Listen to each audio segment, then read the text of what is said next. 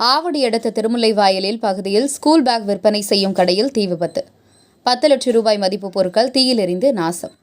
சென்னை புறநகர் பகுதியான ஆவடி அடுத்த திருமுல்லைவாயல் சிடிஎச் சாலையில் இயங்கி வரும் கூல் பேட் செருப்புகள் மற்றும் ரத பொருட்கள் விற்பனை நிலையம் இயங்குகிறது. நேற்று வழக்கம் போல இரவு பணிகளை முடித்துவிட்டு கடையை பூட்டிவிட்டு சென்ற நிலையில் இன்று அதிகாலை திடீரென கடையில் தீ விபத்து ஏற்பட்டது. இதுகுறித்து அருகில் உள்ளவர்கள் ஆவடி தீயணைப்பு நிலையத்துக்கு தகவல் தெரிவித்தனர்.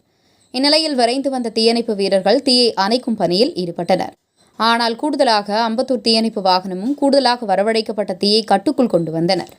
இதுகுறித்து திருமுல்லைவாயல் போலீசார் விசாரணை மேற்கொண்டு வருகின்றனர். கடையில் எரிந்து நாசமான பொருட்களின் மதிப்பு 10 லட்சம் ரூபாய் இருக்கும் என உரிமையாளர் தெரிவித்தார்.